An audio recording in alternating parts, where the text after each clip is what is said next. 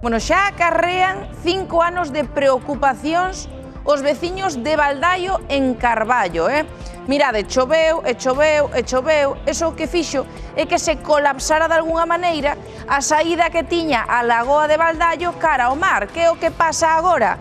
Pois que a lagoa queda estancada, con moita auga doce e mesmo provoca rebordamentos. Ollo porque Merche, que é a que ten o camping, di que cando se inunda a lagoa, inúndase o camping e tamén o soto do camping onde ela ten toda a mercadoría, entón cando se encharca, ela perde todos os produtos. Non só é a problemática de que a lagoa pois está aí tupida de alguna maneira, senón que ao estar estancada a auga doce tamén proliferan moitos mosquitos e din que o cheiro é insoportable. E os mosquitos, ollo, porque ata se lle meten nas casas dos veciños. Na Hora Galega falamos co Concello que nos di que Patrimonio Natural xa ten previsto solucionar este caso, pero eles din que non lles dá chegado esa solución, co cal piden axuda no Ti Denuncias de hoxe.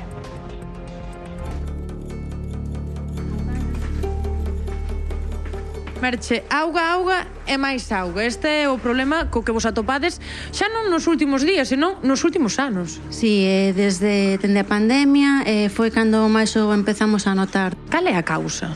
Ali hai unha ponte no mar onde se xunta a ría co mar, está taponada. Cando son mareas moi altas, entra auga, pero non sal. Entonces estes días está chovendo moitísimo, a crecida dos ríos é o que fai que entre auga este aí estancada, varada, hai mercancía, quero decir, co que eso conleva. Claro, tens que estar moi pendiente de poñer a bomba cada 2x3 porque senón é un desastre as pérdidas que pode ocasionar. Merche, levo un anaco escoitando este continuo fluo de auga e a que entra por aquí non para de entrar. Está constantemente, todo o día, día e noite está así.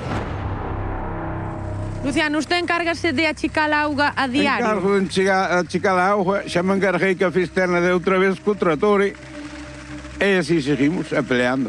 Canto tardades, máis ou menos, en baleirar o soto? Unha hora non hai que nequite xa de bombeo. Facédelo varias veces ao día? Varias veces ao día, cando enche, para poder pasar aí a mercancía, hai que vaciar. Non queda outra.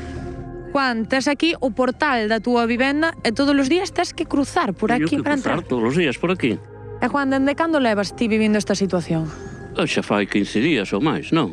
Che digo, se quero salir sin poñer botas de goma, teño unhas escaleras aí, poño e salto polo muro, e despois salto por outro muro para ir para dentro. Xo tes feito? Sí, ainda o fixen onte.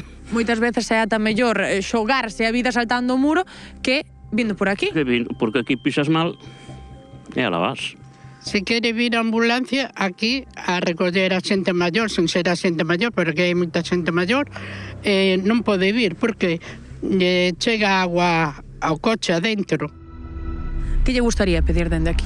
Pois mira, que nos viñeran a abrir aí a ría, porque é a maneira de quitar toda esta auga daqui. E ao final, pois, isto xa se víamolo vir todos e nadie pon solución, quero dicir, teñen pensado abrir, pero non se sabe cando, entonces que abran xa. Pois que vaciaran, pero que vaciaran como é o debido, porque ahora que abran abaixo, aquí no medio non vai vaciar a laguna, igual. Fai falta unha limpeza. Fai falta unha limpeza.